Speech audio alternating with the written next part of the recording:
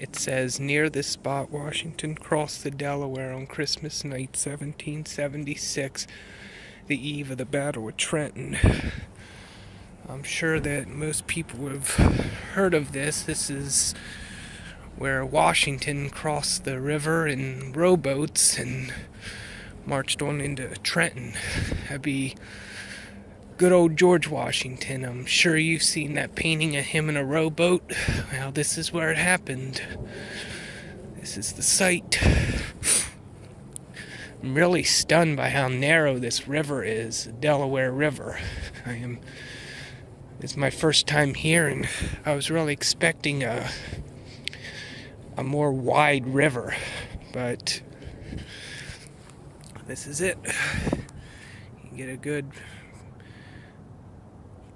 all-around view of the site, including some rowboats.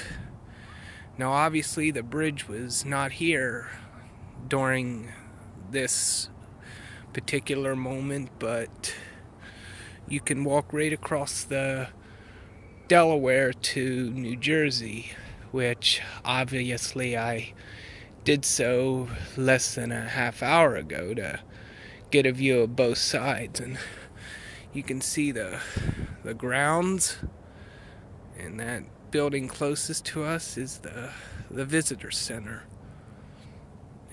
But there would have been 29 or so rebel soldiers would have been all gathered here, and in 9 hours they moved themselves, their guns, their cannons, and anything else that you would have needed to wage a war in 1776. And this may not seem like a big ordeal, but Washington lost a bunch of battles in New York City at the hands of the British, who obviously he was rebelling against to try to create the United States. But the United States, the colonies, had declared independence from Great Britain and were fighting them for it.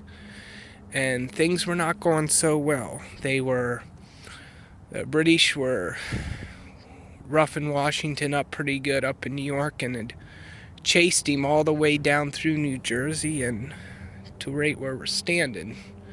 But without boats, the British decided to end the goose chase and dig in for the winter.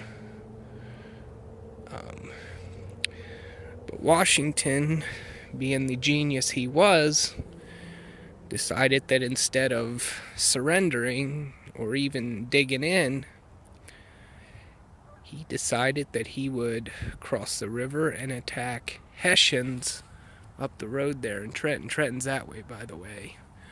And he caught them completely off guard on December 26th, because they were, let's say, a little something called hungover from a day of partying Christmas Day. The Hessians love their alcohol, and he really whipped them up pretty good. And it's mainly that reason that he won, and beating the Hessians there saved the war and really led to the United States. He really came back from the brink, and I really admire George Washington. He was basically the man that said it's not over till it's over, and just the realization that he was intelligent enough to know he could at least go down fighting. Thank God he won if he crossed the river. And many people would think to surrender that it was over, but our beloved founding father wasn't like most men. That's why he was such a great man. Always admired George Washington.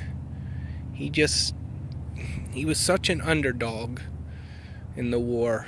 He had everything against him. Manpower, weaponry, everything. But because of this, stuff like this, he won. And all I can say is, thank you, George, and see you later, YouTube.